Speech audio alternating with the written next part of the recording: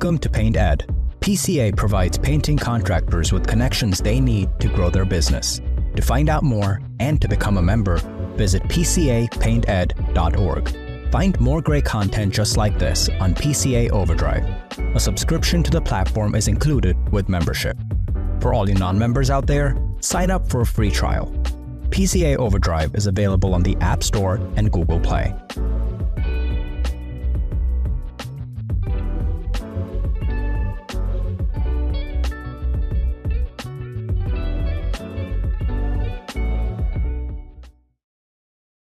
This episode is brought to you by Benjamin Moore and Sherwin-Williams.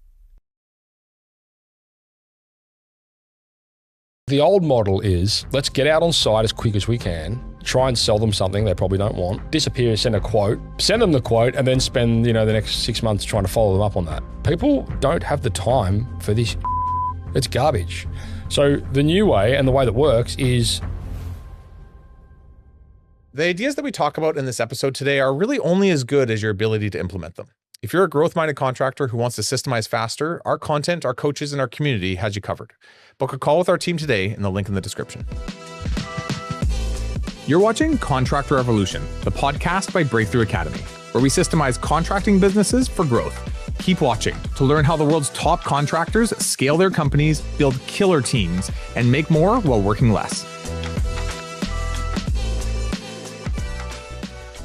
Matt Jones, welcome to the studio. Welcome to the show. Thanks for coming. You made it all the way from Australia. All the way. You flew across the planet just to hang out with me, right? That just was the only, for this. Just for this. Exclusive. I feel like I'm kind of part of this. I feel like there's been a few conversations in the early days there, which sort of led to this whole outcome, which is cool. Not everybody knows this, but me and Matt did a podcast, I don't even know, 10 years ago. It's a long way back. We did a few more since then. We've stayed in touch. And then when we launched our podcast, we asked you for a lot of help, and you delivered in a big way. Not only did you give us lots of insight, you also gave us a podcast coach that actually worked with us for a lot of years. That's right, actually. I forgot about that. Yeah. So yeah, it's great to be here. It's an awesome little studio you got. You're the only reason for all this. This is just you can take all the credit. It's fine. No, but I'm stoked to have you. So prepping for this, you run a marketing agency. There is a lot that you understand about marketing. You've been doing this for how long now? 13 years. Okay. Yeah. But my background formally was as a plumber. Yeah. So I sort of came out of that, pardon the pun, in the trenches. And and so I've probably spent more time. I was working this out the other day, actually. I think I've spent more time now in agency than I have in the trade. Oh, it's on par pretty much. So yeah, it's been a long time, but yeah, it's been a journey, that's for sure. Yeah, and you've got a good perspective of both what the contracting space requires and what marketing requires, and you merge the two to make what you do every day. That was kind of the idea from the beginning, I suppose, just to really understand the fundamentals of how those trade businesses run and how that relates back into you hear it all the time with, and the reason that I started the agency, truthfully, was because there was so many horror stories of people that were working with agencies that just didn't really understand the running of a trade business. I think everybody feels that. I think there's very few and far between people who actually deliver. I call marketing kind of like snake oil sales a lot of the time because people don't understand the black box that is behind it. And some people are great and some people aren't, but you can't tell. Yeah, it's true. I mean, it's probably the same for a lot of any business. Truthfully, you just hear more about it with agencies, but yeah, it's an important part of the dynamic. You really got to understand. Okay, well, what are the moving parts of this business, and then more importantly, I suppose and the reason we like working with coaches and stuff as well with you guys, because as businesses grow and evolve, their overall strategy has to evolve with it. And we're going to unpack a lot of this stuff today, what we've learned with the clients that we work with, but essentially, that has to be an evolution. There you go, a contractor evolution. I was working that in. Let's talk about this because I'm even working on this in our team. And I know when I talk to a lot of you, our members, I don't think that people fully understand what a marketing strategy actually is. I think there's so many different definitions of it. And can we just start by defining it? What is a marketing strategy? What is it not? Sure. Well, I mean, I guess at the end of the day, and this is the realization that we have, a lot of our clients, when they come to us, they're coming out of that space where they're heavily dependent at that point on things like word of mouth, referrals, which, as you know, is the best lead you'll ever get, but you can't scale it.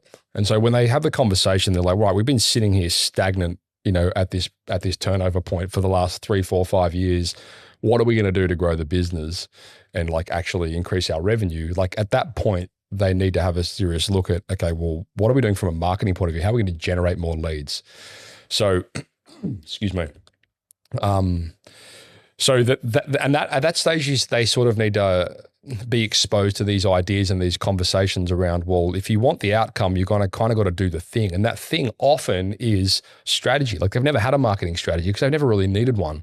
They've always just been dependent on referrals and just what comes to you. Correct. Yeah.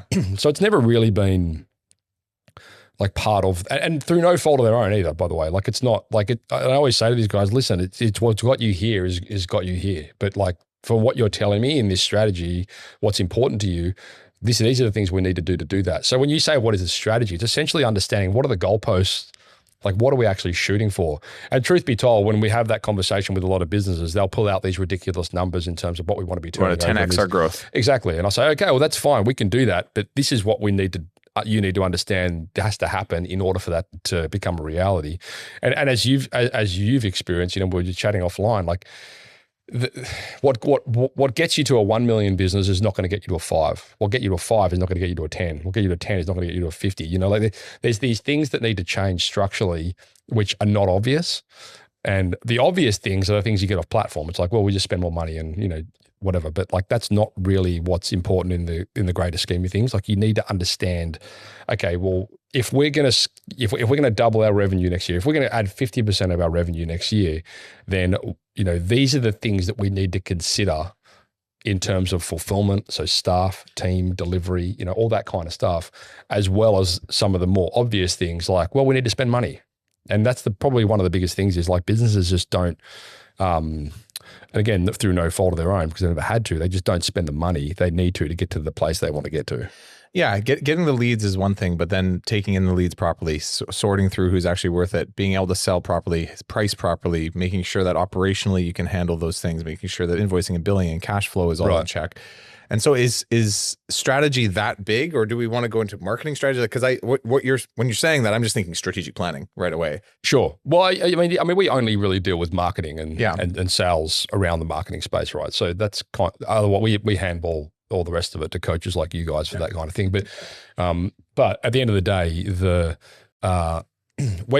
regardless, like if somebody's saying, okay, well, we want to increase our revenue by 50% or whatever it might be, then they need to understand that. Well, we need to figure out, well, is your current team going to enable? Can you deliver on that? Like, is that going to cause constraints? In most of the cases, it is. And again, depending on the size of the business, maybe you've got like a team that's not at capacity, that's fine, but they will reach capacity at some point. And if you're running ads, pretty damn quick. Yeah. Like it happens pretty fast. And so how do you make sure it's a good strategy? How do you make sure that it's aligned with the company's values, so it aligns with the company's mission of what they want to go do? What do you need to understand about a business to make sure that we're setting up a good strategy for an organization? Yeah, I mean, you need to unpack all of that in the early days, because again, that sort of ties into what are the goalposts here? Like, what are we shooting towards, and what is important to you? The business. Look, in most cases, the businesses tend to think the answer to all their problems is more leads. Yeah, but I can tell you without question that's pretty much it's never the case. Truthfully, in some cases, they have enough leads. They just have a horrible system of managing leads. So let's get into this a little bit. What do you mean by that? So if I need 100 leads to fulfill my next month's requirement, is that too many? Is that too little? How do I determine that? Again, and that's why a very common conversation. Like people say, well, we need this many leads to deliver this many jobs. Yeah. Then we have a look at their system and the way they're managing the leads, and we just see holes everywhere. So if we're going to take like let's take like a renovation business or a roofing business or something along those lines, right? When you look at, okay, where are the holes in this business's bucket within their existing sales process? Now, I'll give you a prime example. So we have a client, back home we have a lot of solar clients, and they were doing about $1 million a month in turnover. So decent sized business for Australia, and they had this process and they were incentivizing essentially their CSRs to book their field guys out into site visits. Like that was the KPI. So it's like, well, the more site visits you can get us into, the more jobs we're going to win. And I was sitting down with the director and I'm like, you're incentivizing the wrong thing. It's not about how many site visits you can get to, it's how many jobs you can close. And so we flip that on its head. And when you look at the holes in the system, it's like, well, the biggest problem that you guys have right now is your discovery is shocking. Because essentially the CSRs are like, oh yeah, you want solar? Yeah, cool, we'll send someone out. It's like, what? So we need to really dial down on the different stages of the process. And so typically we see discovery as being the most important part of the sales process, because as important as it is to qualify the leads, you also want to disqualify. Right. And truth be told, you want to disqualify more than you qualify. I think about this, everybody knows this concept of like ideal customer profile, right? I also think about who's not your customer and how do you screen for that?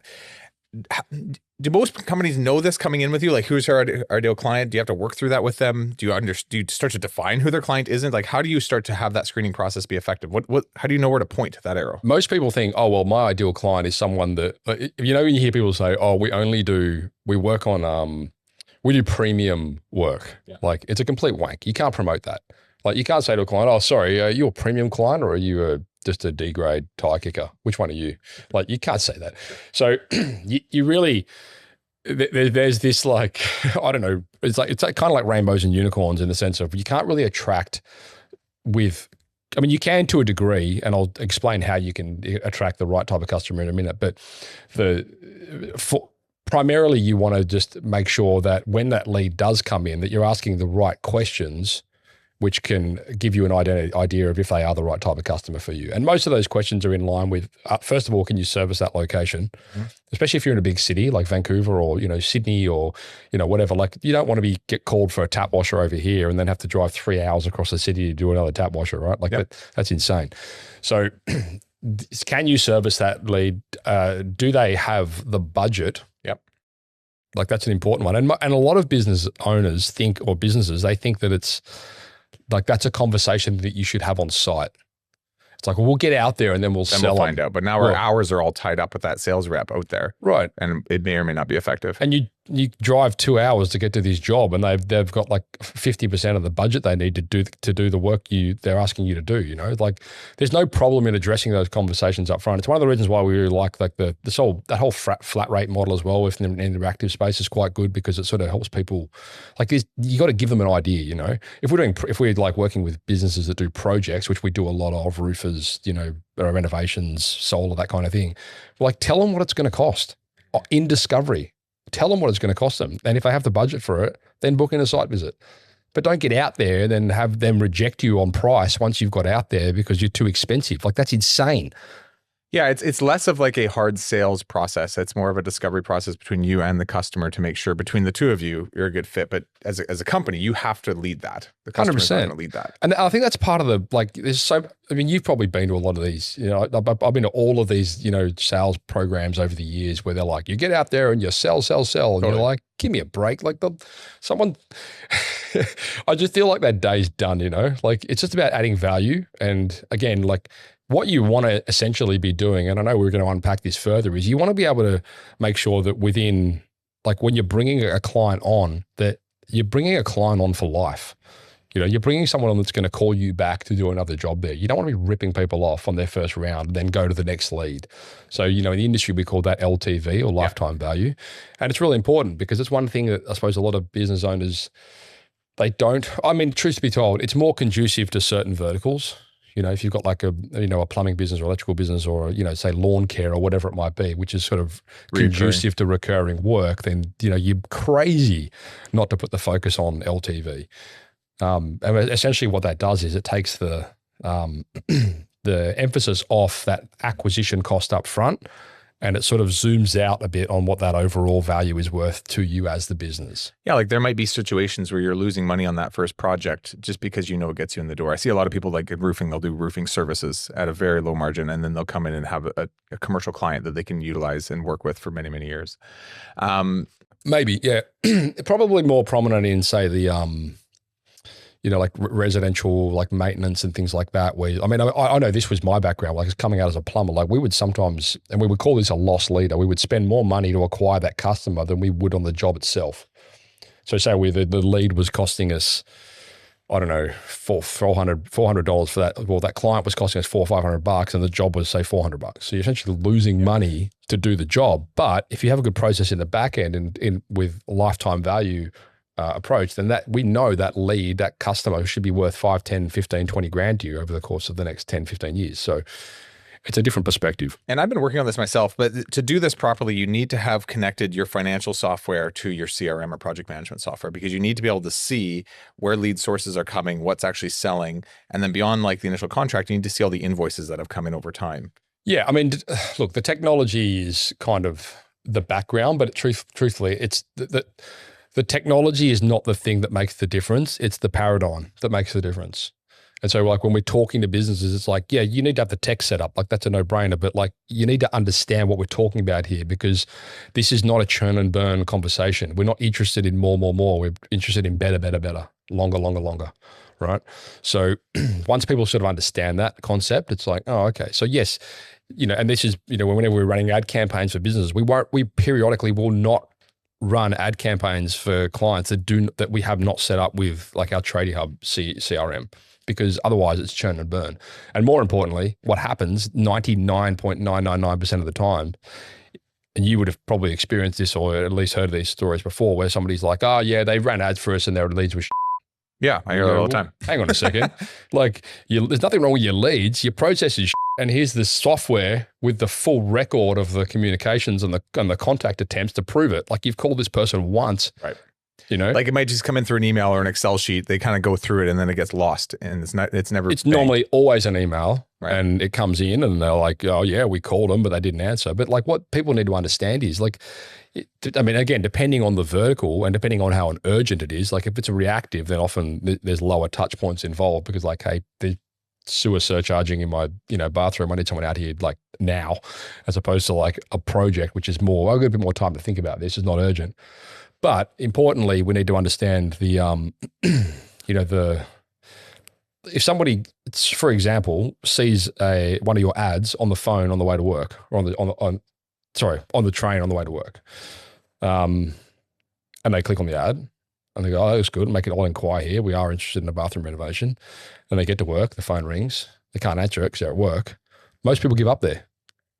Like there's a process. Like you need to actually, like, and this is. I see this with our members a lot too. If they don't have a sales process, it's usually like an ego thing where they're like, oh, they must not want to be told. I don't want to bug them. And they stop because they don't have a process that they don't know what to do next. They just feel like they're bugging them. Exactly. And it's ridiculous. Like they've come to you because you have the answer to a problem that they're looking for, and you are not delivering on your side of that conversation. And the technology cuts through all of that. And it's not like, well, yes, we kind of deploy the technology in a selfish way because we want to make sure that we can dispel that argument off the bat, but also like we need to equip the business with the right systems so that they can get the maximum value out of the contact. And I'm not saying lead because I'm not saying client either. They're not even a client at that point. It's just a lead. So to the point where we will now we put people in businesses that manage the leads for them because we know that if we don't, they're not going to do it.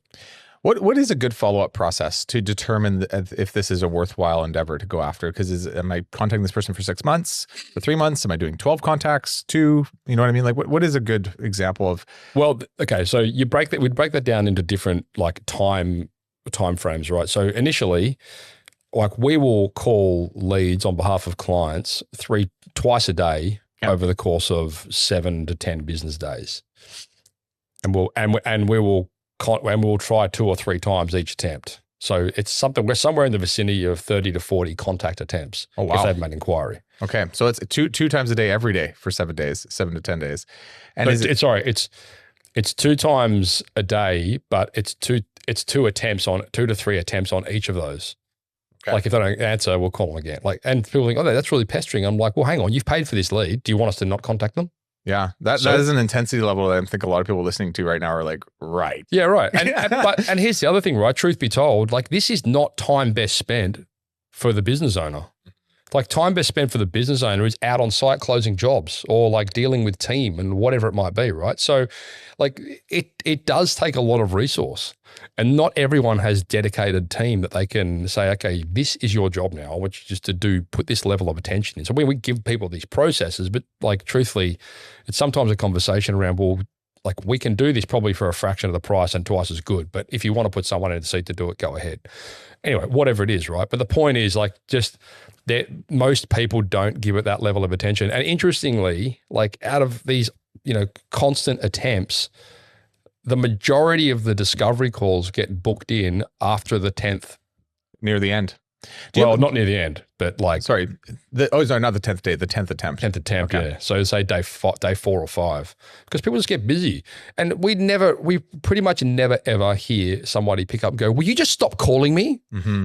It's not a conversation. Is it just calls? Is it calls, emails, and texts? Anything. It doesn't matter. It's inquiries. Points. Yeah, inquiries. Oh no, we're calling them. Okay, phone calls. Yeah, and then after that, if they don't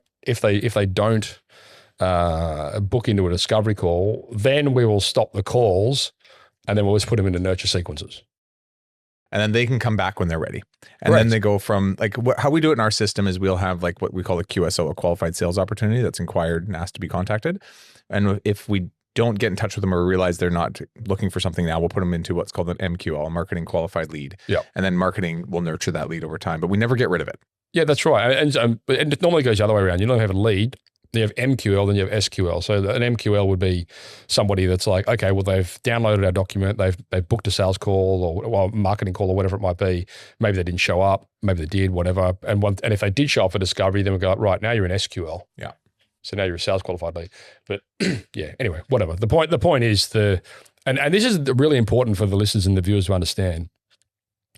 If for whatever reason that individual is not ready to book that job with you right there and then, it doesn't mean that they are a bad lead. It just means that at that point in time, that opportunity is not right for them. Mm-hmm.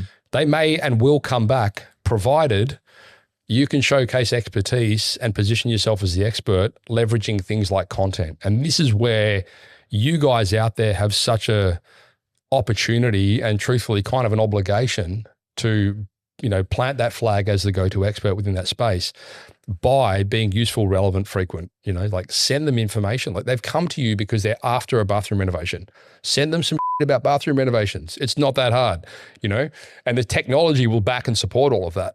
So but again, it's a process and it's part of a moving piece that a lot of businesses don't have. And I just want to back up before we get into this expert piece. So what we've just talked about is, hey, know who your ideal customer is. Know what they're about, know what they care about. We didn't get into how to market to them. We might want to talk about that a little bit, but like, how do you target that person? But most importantly, how do you vet for that person in your screening process?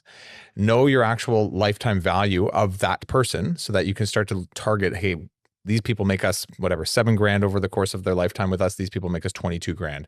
Now we can actually spend more on the right client versus waste money on the wrong person. And if we are spending a lot of money up front, we can see the long-term trajectory to see if it's actually worth it. We might lose money on the first job because it's $400 to get the lead, but it was worth it for the long term. Is that what we've gone through so far? Is there anything I'm missing? Pretty well, yeah. Okay.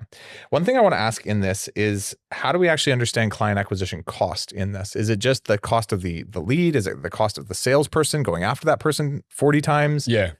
How do we pit lifetime value against client acquisition cost? What are the costs associated? So when we're like, from a marketing perspective, from an agency perspective, I should say, the number that we can control as an agency is called return on ad spend. Okay. ROAS. Or ROAS, right? So that is, okay, well, how much money did we spend on the platform to get this job over the line?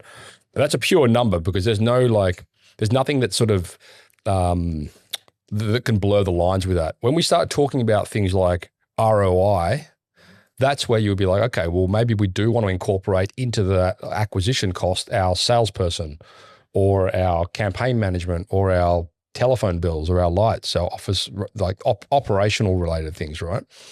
So that's kind of something that we just say to the business, well, we can unpack this as we go, but let's just try and work on ROAS as a raw number, and then we can work on ROI by building in these other things that is out of our control, but still important for the general the knowledge of the business. Is there a typical ROAS that you see, like a multiplier? Like I need to see 5 times my dollars spent to dollars booked. Like is it vary by gross profit margin, by industry? I would imagine. Yeah, it's more varied by industry. Yeah. Could you give us some examples of just like what you would see for a roofing company, for a painting company, for a construction company? Sure. I mean, it's pretty insane, and most of the listeners and viewers will call on it, but let's take solar, for example, like especially back home at the moment, we've got these rebates and all this kind of stuff. Like it's not uncommon to be exceeding 2,000% ROAS. 2,000. Yeah. So I'm spending a few dollars to get a lead. It's crazy. Interesting. But this is like a testament as well. And this is one of the reasons why we like to sort of work with projects, because like the ticket item is high, right? So, you can win a bathroom renovation, project every week. And the return on it is big. Yeah, of course, then you need to unpack the operational expenses tied into that. Okay, what's that? And it's important to do that because if you're just getting all glowy on the rainbows and unicorns of pure ROAS, then you don't really have a full understanding of the running cost of the business. But that's why we encourage guys to work with coaches. This is what we get into. Yeah, exactly right. Yeah. So. It's important but like literally in the thousands of percent. And sometimes the bigger the project, the bigger the return. But then you kind of got to zoom out on that as well, right? Because you might have some weeks where you crush it and other weeks where you don't. So it's not, you don't want to be super reactive with it. You kind of got to just have more perspective, like aggregate data.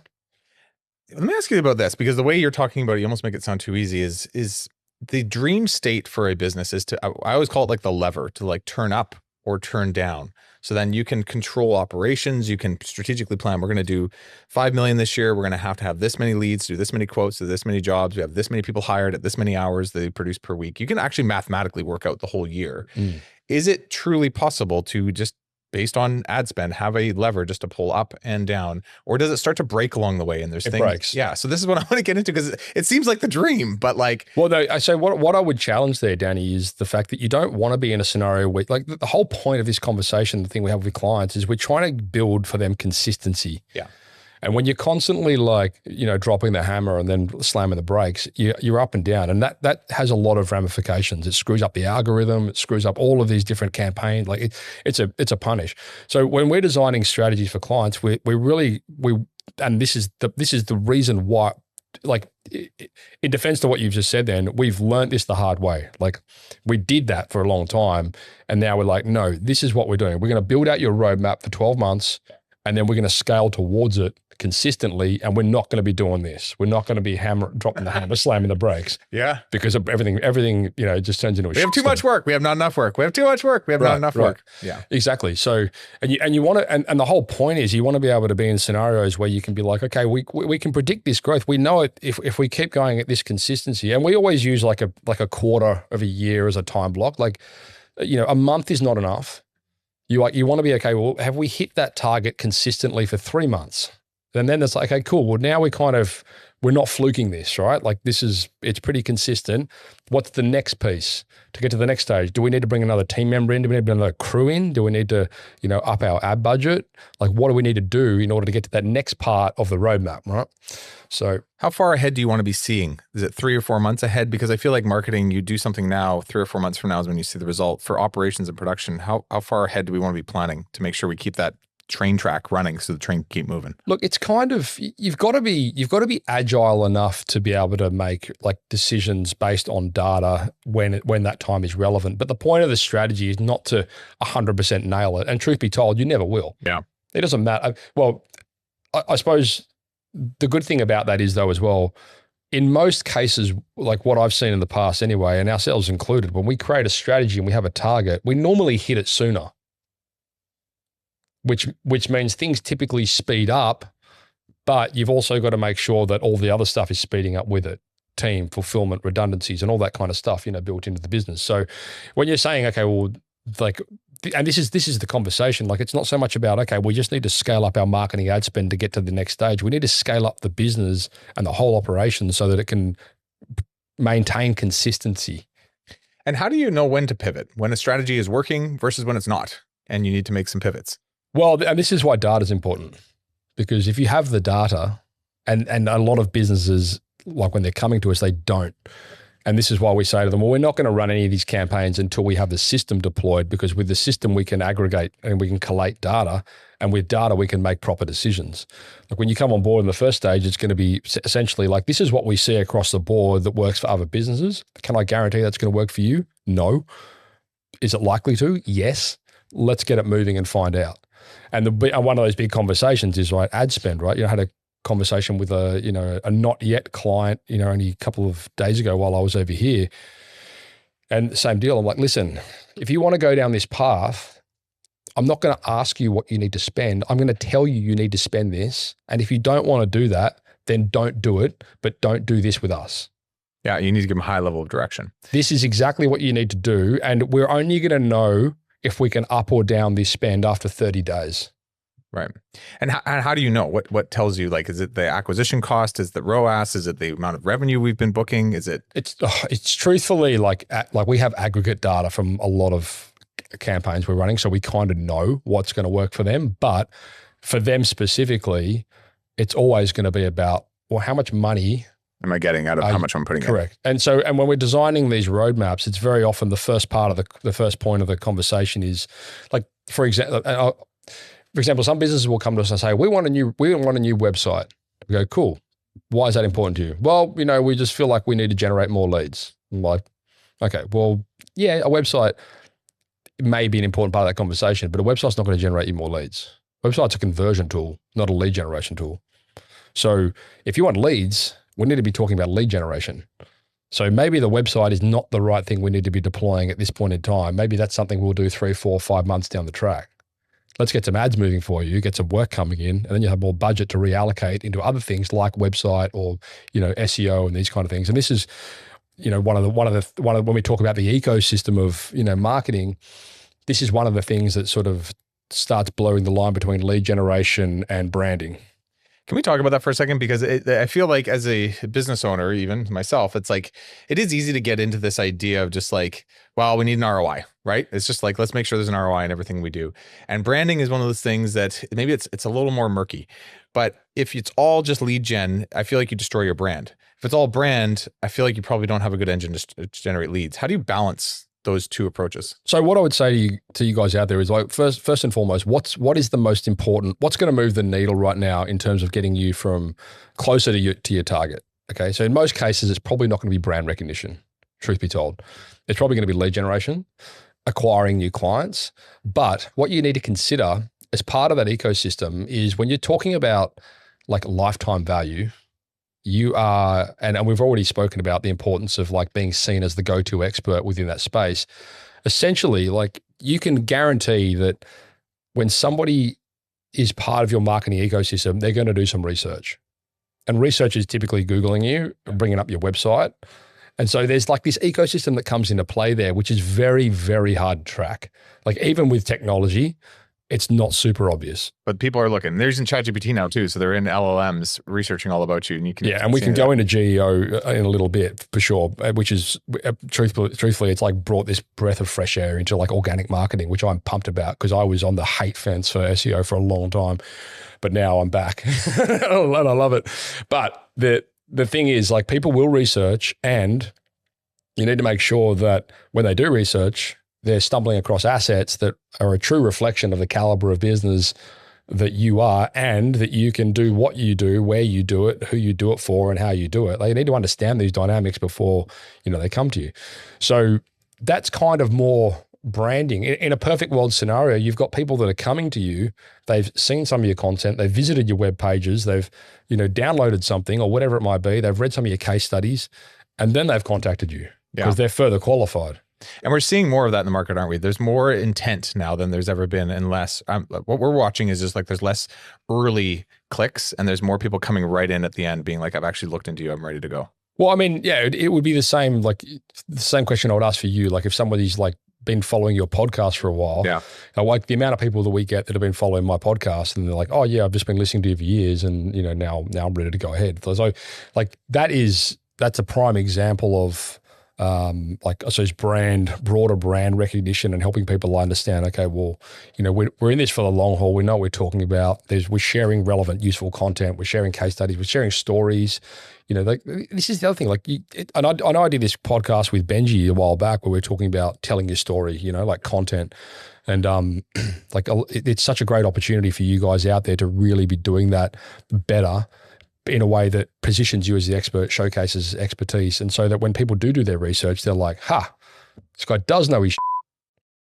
Yeah. So is it, what are the things that are my brand? Are they me? Are they my company? Is it a bit of both? Like, well, it's definitely both. Yeah. And like gone are the days, you know, back when I started the marketing agency, you know, 13, 14 years ago, there was kind of this, people wanted to have this perspective where they're like, well, I want to be seen as a bigger company. So like, let's not put photos of the team on there, and let's make us look more corporate, you know, have big buildings and all this kind of stock photos. Yeah, yeah. And then it didn't take long where like now you even see some of these big corporate buildings, businesses, sorry, and they're all like going the other way. They're like, we want to be personal. So it's absolutely important that you guys do put a face to the business, and it's fine to put your team on the website as well. Excuse me. For example, if you're letting somebody into your home, or your wife is going to be letting someone into your home, wouldn't it be nice for you to be able to send them a team bio page of the technician that's coming out? You know, just to like, it just makes sense. So yeah, I don't know if I answered your question or not.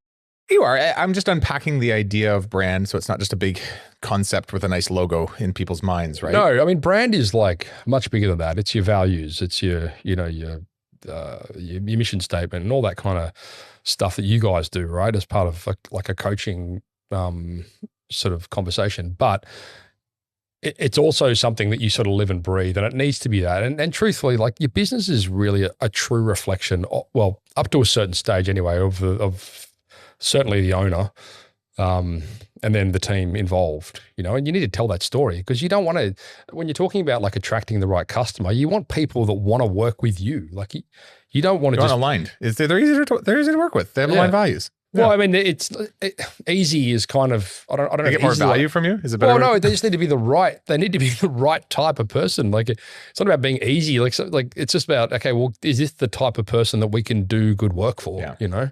So I think it's important, like when you're designing the like brand, like you're just having conversations about the things that you do, so that people are like, well, that is kind of what I want. That I resonate with that. That's cool. I want to be doing that. Like, I want that result, you know, and they kind of get a feel for it. You can't do that through an ad. Yeah. And would you recommend, I think everyone knows this at this day and age, but like to be niching down into that ideal customer rather than broadening out? And when do you broaden out? Because some people do. Some people go by industry, they'll go by area. When do you know when to like niche down and just like be the best in your whole space at this one thing versus to broaden your marketplace? Again, it's kind of specific, I suppose, to the business type. But when you're talking about marketing, it's a lot easier to position yourself as the go-to solar or say hot water expert than it is to be in Vancouver than to be the expert plumber in Vancouver. Yeah. So so conceptually what that says is, well, and this is where lifetime value comes into play, because if you can get your foot in the door and plant the flag as the go-to hot water expert, it doesn't mean you can't do the other things. It just means you now have the opportunity to cross-sell, upsell, promote, and just basically let people know that you can do these other things. But you would never got your foot in the door if you weren't hot water expert. Yeah, because you're too broad. And so you just get caught in the noise. And truthfully, like when we talk about, being picky with who you work with, it's kind of becomes a luxury of volume to a degree. Like the more you have, the less you need to bring on, you know? Sometimes when you're starting out, you don't have that luxury. It's like, well, I just need to take this job because I need to feed my kids. I think you also discover what your ideal customer is, what your best service is that makes you so unique, because you don't know until you get into it enough. That's exactly right. And momentum will drive decisions all the time. You know, I say this to clients all the time, you know, like, let's just start with this because we don't know where it's going to end up in 12 months. Like, we just need to see what direction it's going to take, and it will unpack itself inevitably. So I'm just trying to put this all together in my mind to the original question we had been talking about, which is like, what is a marketing strategy? It incorporates your ideal customer, your brand and who you are, both personally and between the organization, so that the ideal customer can find you and understand you and do their research. It then involves a very clear understanding of what you're doing to get that to become a lead. So all the activities, and you do a lot of paid work, but like all the activities around that, including your website. Well, I mean, not really. I mean, okay, and this is the thing, right? This is why the strategy is important, because the constraint might not always be leads. Mm-hmm. And we see that a lot. It's not always leads. And I think you've kind of got that like hardwired into your brain. I know, but truthfully, that might, like where you guys are at in business, that probably is a pretty like an important thing, right? But like sometimes it's not leads that businesses need. Like sometimes they need a system, or sometimes they need like database reactivation. Sometimes they come to us, they've got like 10,000 people on their contact list and they've never once sent them an email. Yeah. So that was the other piece I was going to get into. So then you want to look at how do you take them through the discovery process to identify and make sure. And what you're saying in that is there's reactivation along in that process as well. Well, you would always have that deployed before leads. Yeah. Okay. Make sure which makes sense. It's like your lowest hanging fruit. The system is the important thing, right? So once you get a lead, what are we actually like? Getting the lead's the easy part. It's like what happens after you get the lead. That's the thing that moves the needle. What is good performance, bad performance look like in a company so people can self-identify? Like if I've got a database of past customers, what am I trying to achieve with that? How do I gauge success? Basically engagement. I mean, we are yet to run like a re-engagement campaign to a client's database that does not deliver work. How much work? Well, it depends. It depends on the vertical. It depends on where they're located. It depends on how old the list is. If you've got a list of 10,000 people and you've been building that over 20 years, you probably realistically got an active list of maybe 1,500. Yeah. And that's sometimes a hard pill for people to swallow, but like what you don't want to be doing is marketing to a dead database. Right. I had a goal, and this was painting specifically, but I used to have 15% of my year's work was booked from my database, and I would be actively calling actually through it. We used to do previous customer list calling, previous lead calling, and previous estimate calling. And we'd have a different cadence for each one. And every year my goal was to bring 15% of my overall work booked from that. Now I wasn't a reoccurring business, so I only had, painting every 5 years roughly, but that was like a goal that I had. Is that kind of like a good target for a business, or is that just arbitrary to a painting business? Well, I mean, yeah, again, it depends on the vertical, but I guess the point is like to have a process in place, which you did, which maximize the likelihood of that lead becoming a customer yet again. So whatever that cadence looks like for your vertical, I mean, like if you go and build someone a new home, chances are they're probably not going to need a new home built the next year, right? So there's different businesses are conducive to different stages, and on that point, different sales cycles. Like the bigger the ticket item, typically the longer the sales cycle.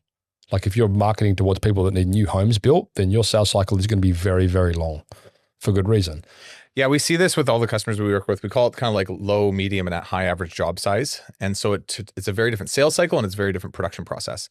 And so low average job size is small, like, lawn care, window cleaning, right. Things of that sort. And so the sales process is usually done over the phone. It's usually pretty quick. And it's usually, a larger team taking in a larger volume of leads coming in every single day. Mm-hmm. And then the routing is quite different. And the organization on the production side is quite different because you've got tons of jobs going on, multiple jobs per truck per day. The mid-age AJS is more like painting, landscaping, roofing. Renovations. Can be. Yeah, and then it depends on the size, right? So if you're doing things like, I don't know, 5,000 to 50,000, you're kind of getting into that. You go and you give a quote, and there's like a whole process to pre-screen your customers so you don't waste a ton of time doing that quote.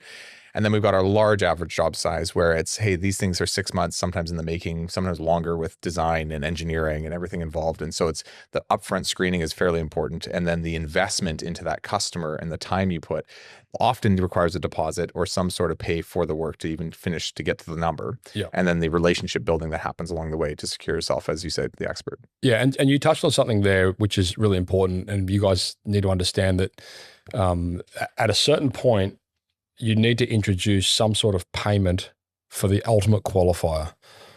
And so, talk about that. Yeah, exactly. Yeah.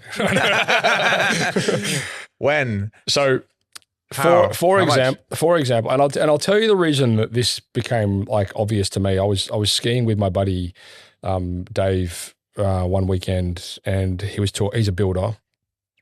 He's a very successful builder, and we were talking about how. He was talking about how much of a nightmare it is for him because it could take him sometimes 2 weeks to prepare these like detailed quotes, inverted commas, for you guys that are listening. I'm doing the inverted commas symbol.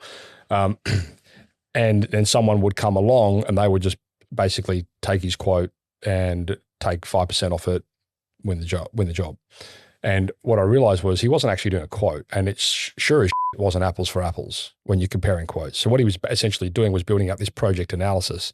And that led me down this path of like exploration and now we do this with clients where we're like, we need to make sure that you guys have some form of what we call a priority program, which is basically how can we take some form of a payment from a client at the early stage as a qualifier to make sure they're serious enough to proceed with the next stages.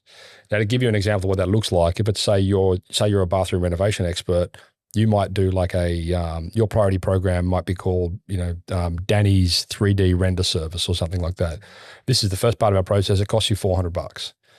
We have to go through this stage before we go to the next. We'll deduct this amount off the cost of your initial invoice, but this is the next stage. Do you want to do that? And if they don't, then they're sure as shit not going to spend $30,000 with you on a bathroom renovation. Yeah. I see this even, so right now I'm getting my roof done, and it's not that they pre-screen me before they gave me a quote. I mean, it's a free quote. They went and did the thing, but I can tell right now I'm not in their schedule until I send the money. Correct. So they're not plugging it up with exactly. And this is the point, right? Like they're not actually doing you a service. Yeah. Like it would be better. I mean, I would much rather say to someone, here, I'll give you $500. Just get me booked in. Like the thing, like, so we'll circle back to this conversation and just remind me if I forget, because I probably will. But like the old model is, okay, let's get out on site as quick as we can, try and sell them something they probably don't want, do the job, then, don't do the job, disappear, send a quote, right, for a day or 2 days, 2 weeks, 2 months, who knows? Yeah. No process. Send them the quote and then spend, the next 6 months trying to follow them up on that. Like, people don't have the time for this. It's garbage. So the new way and the way that works is do discovery properly. So you make sure before you even get to site that you can do what they want, they have the money, and they fall within the time frame that you can deliver it on. Great. Get out there. Then basically while you're there, present some form of priority program where you can actually take a payment to get them to the next stage of whatever that stage might be. And at that point, that qualifier is pretty high. You've qualified, they've pulled money, they've put money down. So, and they need to understand in discovery that you're going to be doing this. Like when Danny comes out to site, he's going to go and do his 20-point electrical checklist just to make sure that the integrity of, your switchboard is fine, so on and so forth. And then he's going to bring up his calendar and show you what the availability is for install. And then he's going to present you with our priority program, which basically gets you to schedule that in. And it costs $500, but don't worry, you get it back on your first invoice. But we just do that so we can give you the priority that you deserve. I used to call it conditional closing. So I would basically be in the discovery call, finish with something like, hey, Mrs. Smith, awesome chatting with you. So I'll come out, I'll give you a quote. I'm going to go through the different products we can be using. And everything comes in as far as price, as far as what you guys can afford, and as far as our service is what you're looking for. Is there anything else that you guys would need to make sure we can book the job in that day? Exactly. Is there any reason why you wouldn't want to proceed with scheduling that job when we come out if all these things align?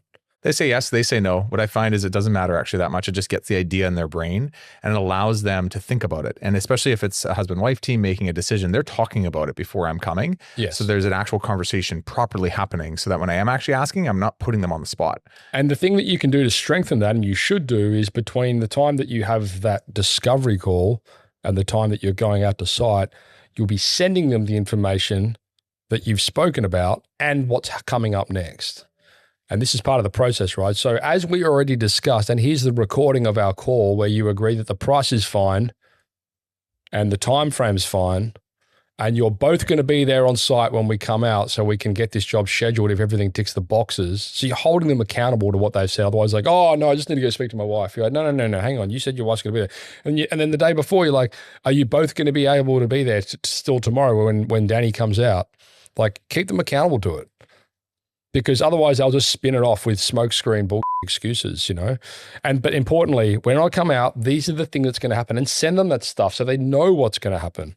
And if they're going to cancel that appointment, fantastic. Cancel it and don't waste our time. These are all the things that matter more than getting a lead, eh? Correct. That's good.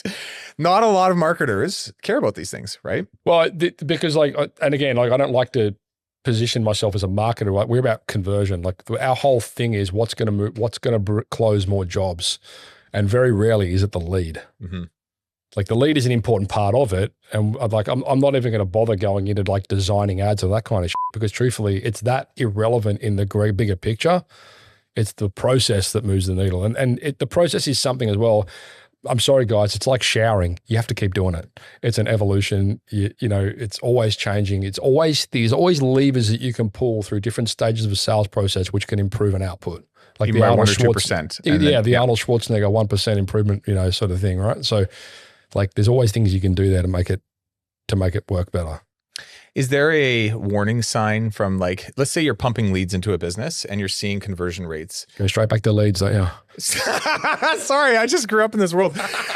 If I'm looking at like, hey, I've got 100 leads coming in and we've made 10 sales, is that, as a person working with a client, and let's say I run a painting company, because I know every industry is a little different, right? I'm running a painting business, you're helping me.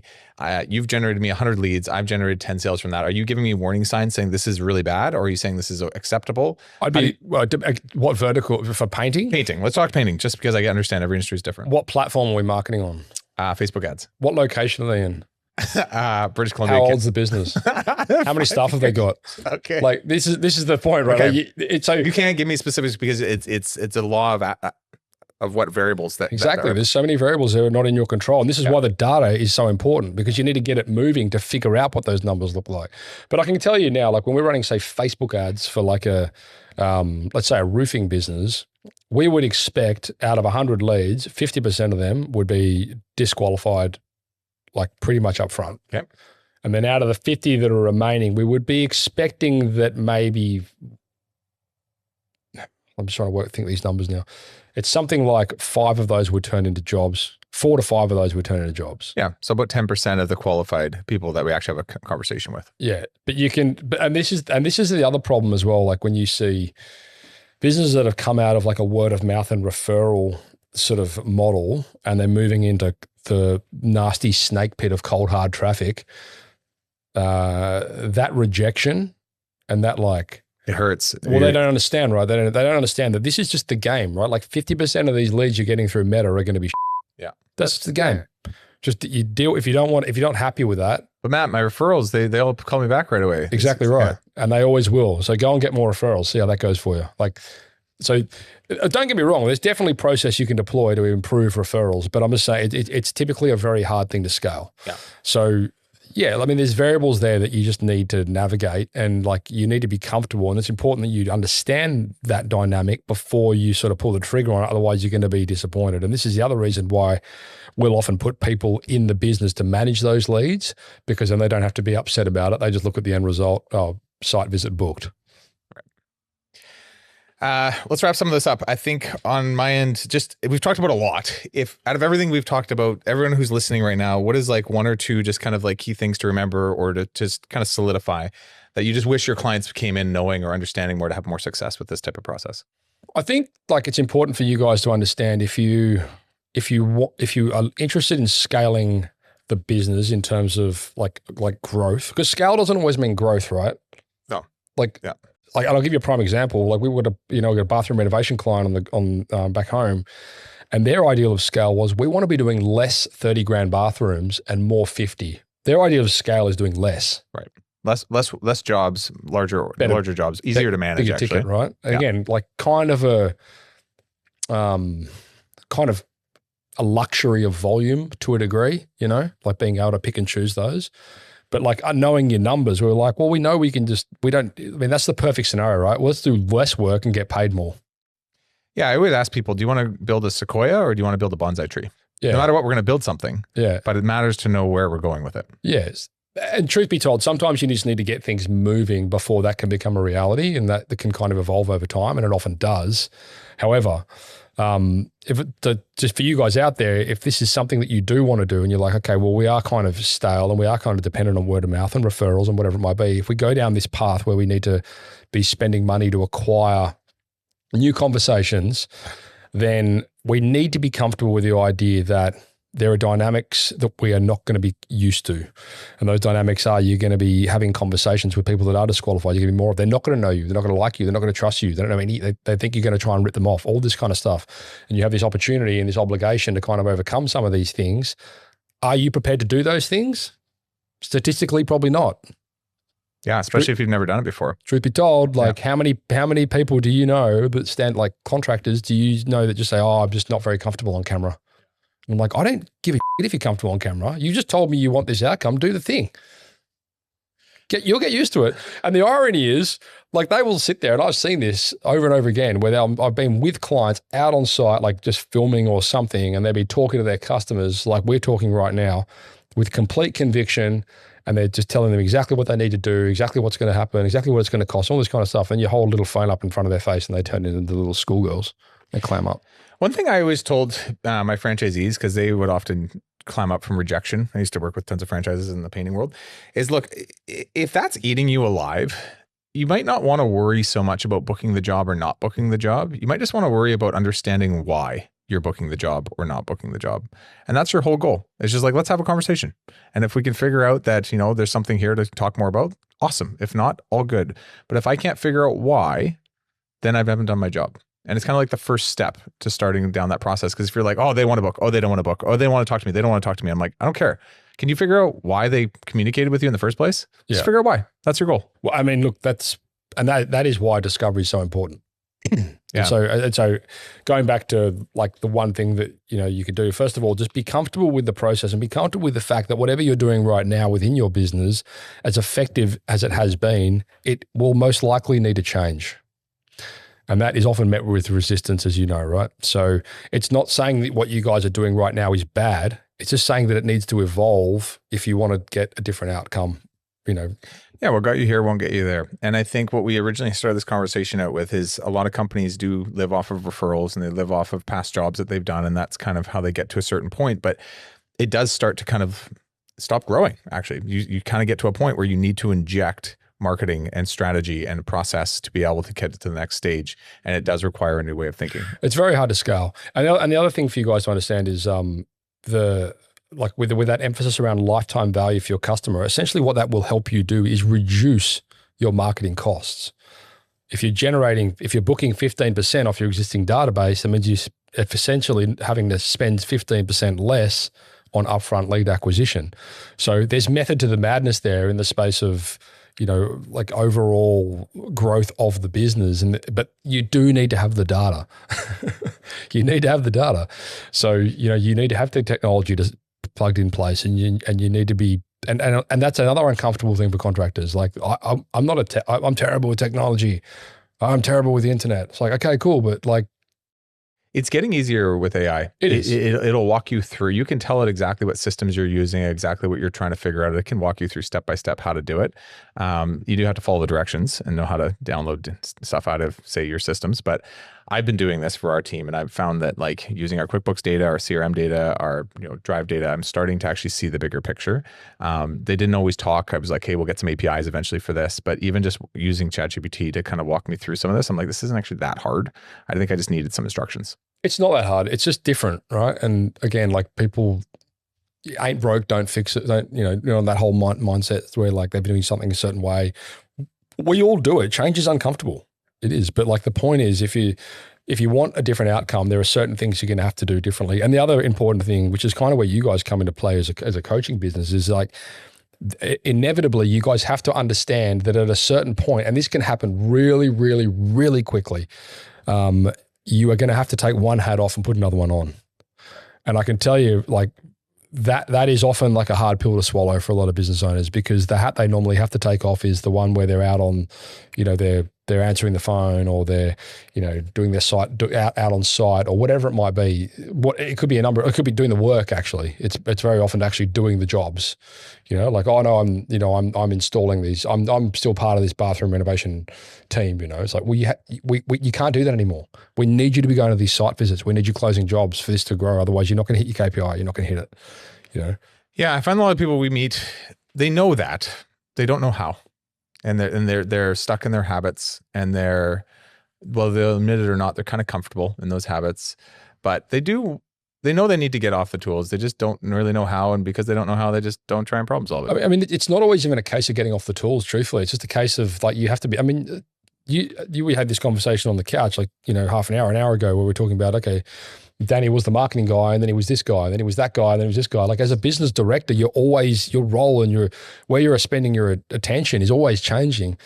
And like, when you're coming into this model, like, it's very often the case where your time has always been spent out there building. You've been doing the renovations yourself with your team, or running the guys on site. But if you want to do get to the next stage, chances are you're going to have to take that hat off for a while, and not take it off forever. We have this conversation with clients all the time. They're like, but my time best spent is on site managing the guys. And I'm like, well, let's get you back there as quick as we can. Let's put some team into positions here that can do the other thing that we need, so you can be back out there doing that. Yeah. And I find it's a nice idea. I do find it can be challenging if the owner is not a part of the larger vision of where things are going, right? And that has to come from them, for sure. So, yeah. Anyway, let's wrap this up. This is good. Lots of nuggets for today. If people want to learn more about you, connect with you, how do we find you? Well, I'm pretty easy to find. Tradiewebguys.com.au is the agency. So I was mentioning before, we are in the process of putting team on in North America to sort of better serve clients over here, which has been a constraint for us in the past. So we're going out to fix that. And then the Site Shed podcast. So if you guys that don't know, we didn't talk about that, but the Site Shed podcast is available anywhere. It's pretty well established, close to 500 episodes. Just so everybody knows, Matt is the reason we run a pod. Not the reason, but you were an influence on this podcast. You're an expert at what you do. How long have you been running that podcast now? 2016. Okay. Yeah. So we're going almost on 10 years, pretty quick. Yeah. And it was kind of like back in the day when no one really knew what a podcast was, myself included. Totally. Let alone who would listen to it. Anyway, you do a phenomenal job with it. So if you enjoy listening to us, I would go check out Matt as well. Thanks, buddy. You were the inspiration for a lot of what we do here today. Yeah, so. Awesome. Well, I love to see what you've done here, and it's fantastic to see you guys, how you've grown the podcast. It's amazing. We're just doing what we're talking about today. Just trying to bring out good brand presence, trying to make sure that people are aware who we are, bring out good information, and then, be known in the marketplace. Well, it's been a pleasure. Thanks for having me. Thanks, Matt. Okay. Ciao. Thanks so much for watching.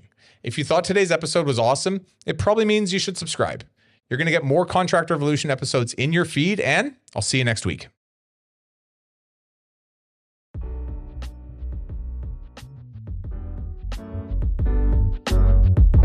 Paint Ed podcasts are produced by the Painting Contractors Association and are made possible by members and industry partners. To find out more about the upcoming educational opportunities, or for more information about joining the PCA, visit pcapainted.org.